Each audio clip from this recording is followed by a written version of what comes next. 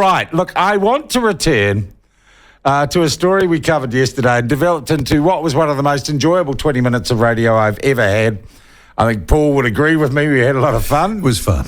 Okay, so what we found was that the new Transmission Gully motorway road north of Wellington was opened a while back, and the Prime Minister, of course, opened it and everything.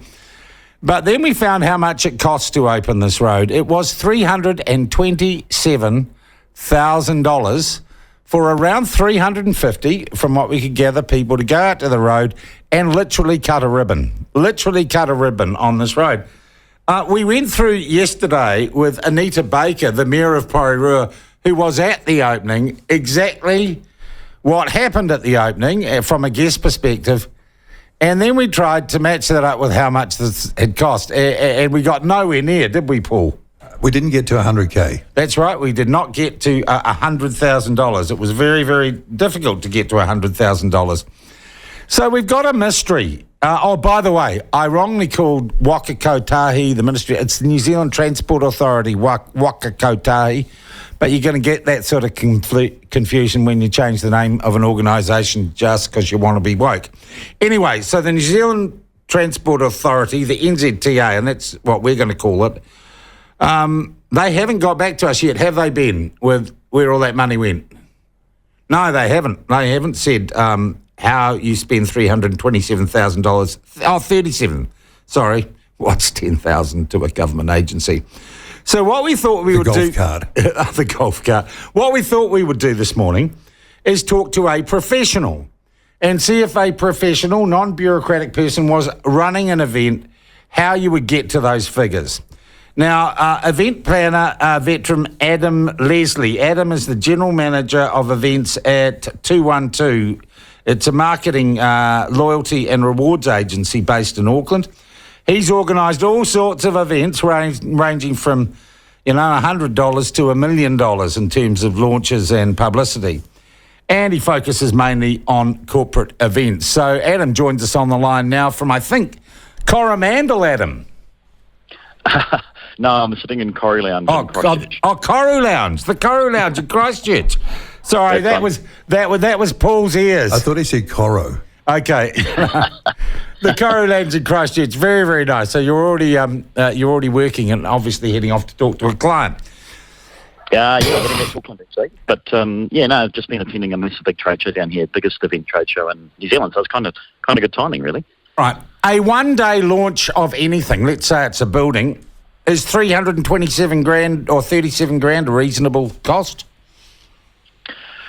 Look, there's a lot of parameters that go into an event. There's numbers of people, there's the destination, there's the location, there's the time that you're actually doing the event for. So accommodation, flights, it's probably more than just the event itself. There's a lot of stuff that happens around it, the audio visual, the catering, all those kinds of things that go into putting together an event. So it's not quite as simple as possibly it sounds. No, we wouldn't think so. We were wondering if you wouldn't mind if we went through, because we've got a fair idea what went on at the event. Yep. And whether or not we could ballpark some of the stuff. Now, there were, we understand, around 300 to 350 guests at this motorway launch. They were asked to gather at a particular location under their own steam, a sort of car parking or I think it was a park up QE2 park area. And they were then taken to the launch in buses. They were taken up to the motorway for the launch in buses. So the first cost we've got clearly is the buses for 350 people for what would have been, I think, a 20-minute drive or a 15-minute drive. How much is a bus going to cost you for half a day? Look, I mean, you're talking, it's probably 50-seater coach, so that's what, seven coaches. I mean, maximum would be, say, $500, I would have thought. So per bus or for all the buses? No, per bus. I mean, that's being generous, I think, for an event that's only a couple of hours long. You're not technically hiring it for the day. You're hiring it for the hours that you need it, really. So 5 times 7 is 3,500. Let's be generous. Let's say $4,000 for the buses, right? Yep. $4,000 for the buses. Excellent.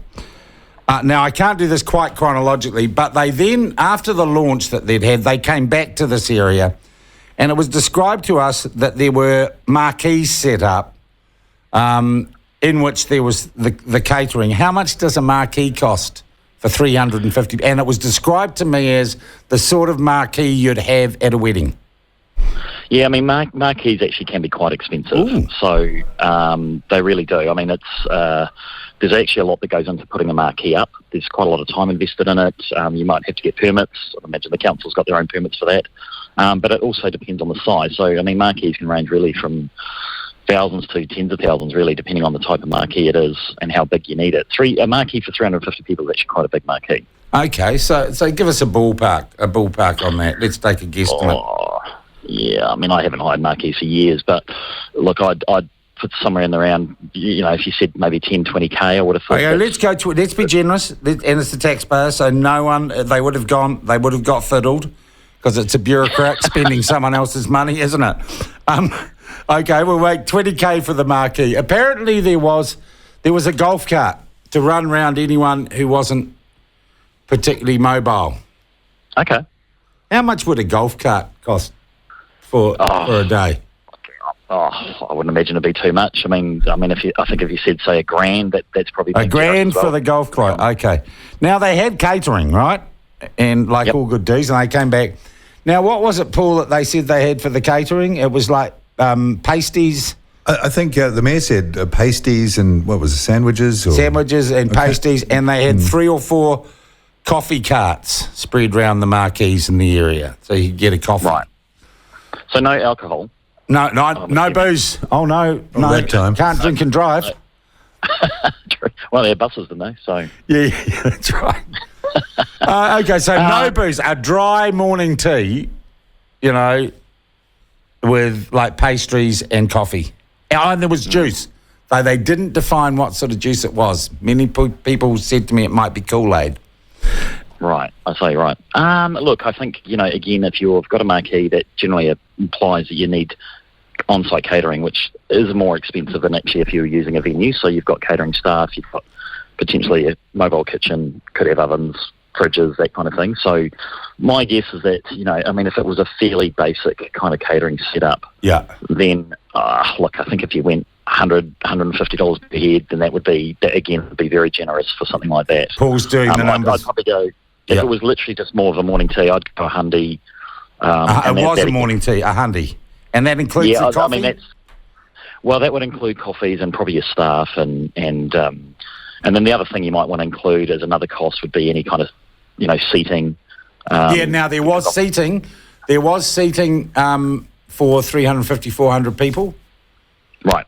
Again, you could go $10 a chair, that kind of thing. I mean, it's all being hired, so that's when you're starting to hire and dry hire equipment, it is starting to get expensive for sure. Okay, so how much would the seating have been, you reckon? Just again, if I'm going generous, $10, because that would possibly include the freight and setting it all up and all that kind of thing. So I think that again would be quite generous. Okay, so we'd say $10 per person. Yeah. I mean, this is all speculative, to be honest, because we don't really do these kinds of events. 3,500. We say 53K, I think we've come out for the catering. All right. Right. We're just trying to look. Now, we know there was some traffic management. Did we get a ballpark on that yesterday, Paul? Yeah, from a stuff story, Jervois Key traffic management for 1 week was between 30 and 55K. So it's got to be less than that because it's a day, isn't it? They had the traffic management. Yeah, that was for a week in Jervois Keys. Okay, so this wouldn't be something that you would deal with, I imagine.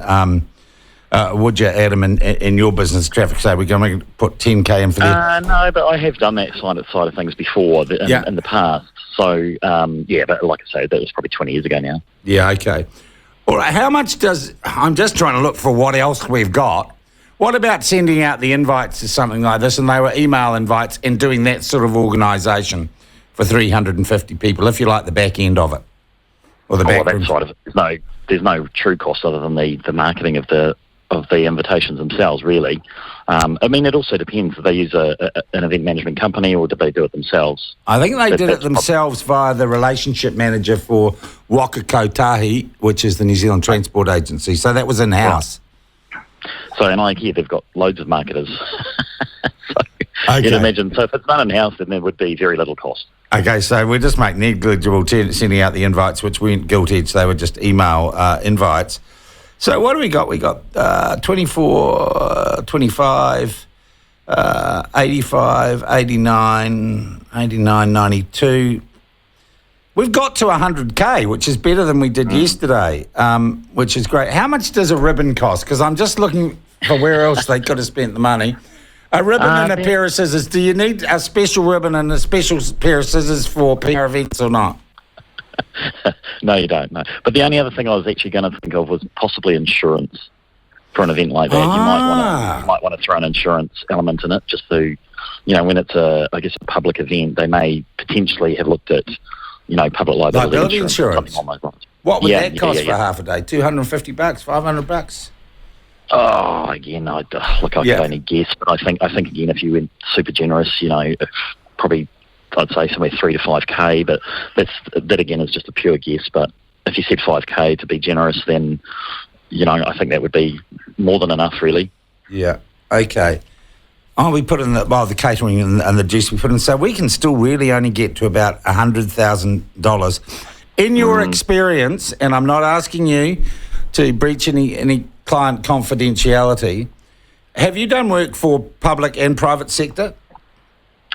Not in New Zealand. I have certainly done it in the UK, for sure. Right. Okay. Can I ask you then, is there a difference in, if you like, what you might be able to charge without query a commercial company and a bureaucracy, which are harder, which are more parsimonious with their money when it comes to... Oh, I mean, corporate events are, that's our niche, and certainly government events. I mean, typically, to be fair, with government contracts, they're pretty frugal, in my experience, and some companies will stay well clear of them because there's no margin. There's no margin, right? Yeah.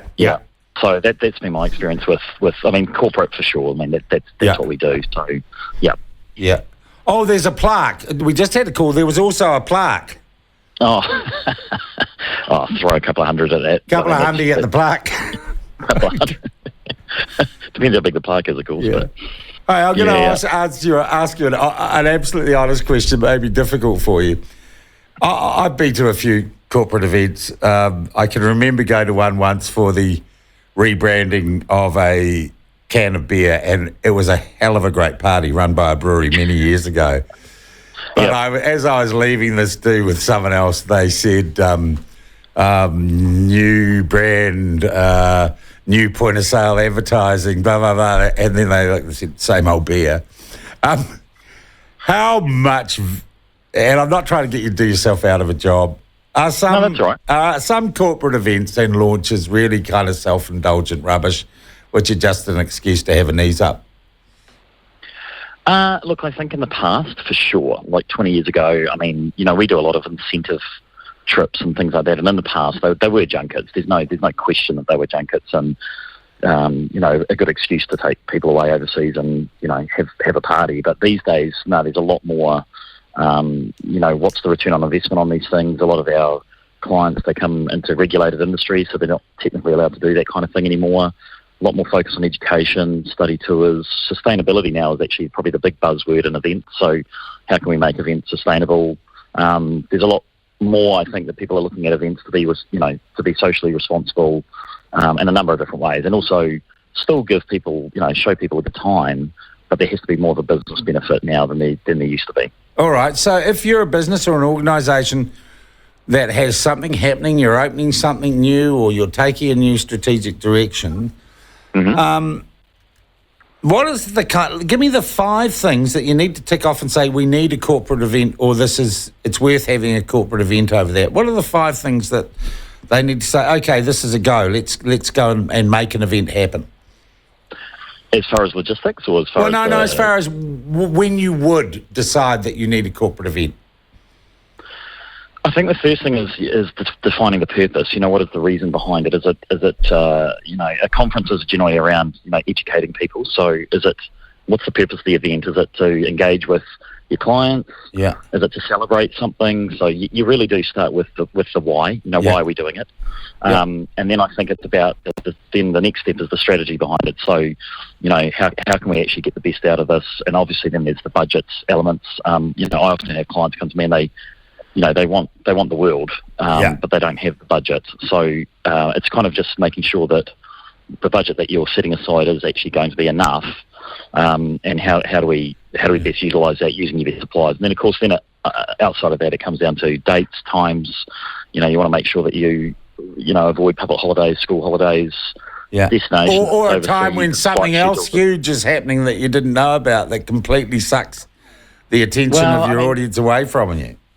Well, things like Rugby World Cup, for example. So we've got groups going up to Rugby World Cup in Paris next year. But, there's as many people that want to go to things like that as actually avoid them because they can be super expensive. So, and again, not everyone's into rugby.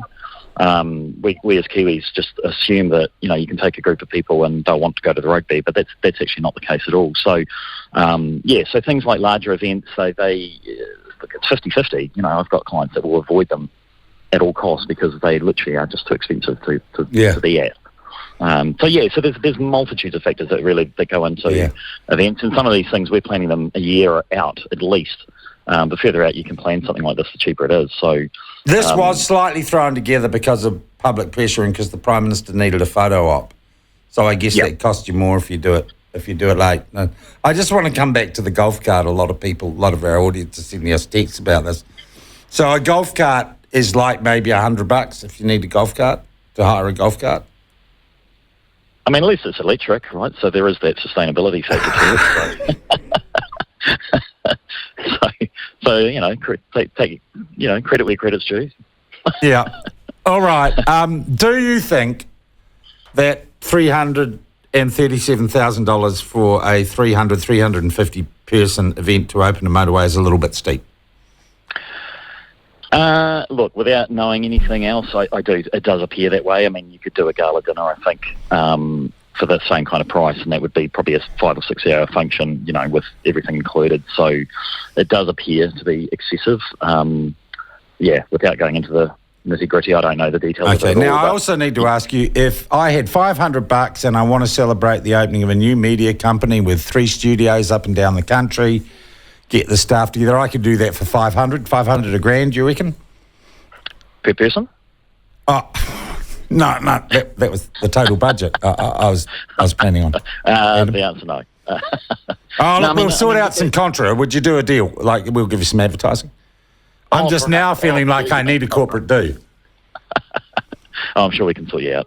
Hey, Adam, thank you very much indeed for being such a good sport and, in fact, giving us information and, again, confirming it's hard to find where this taxpayer dollar went and what it was spent on. We'll let you get back to your excellent food at the Koru Club in Christchurch and have a good day. Thank you very much indeed for your time.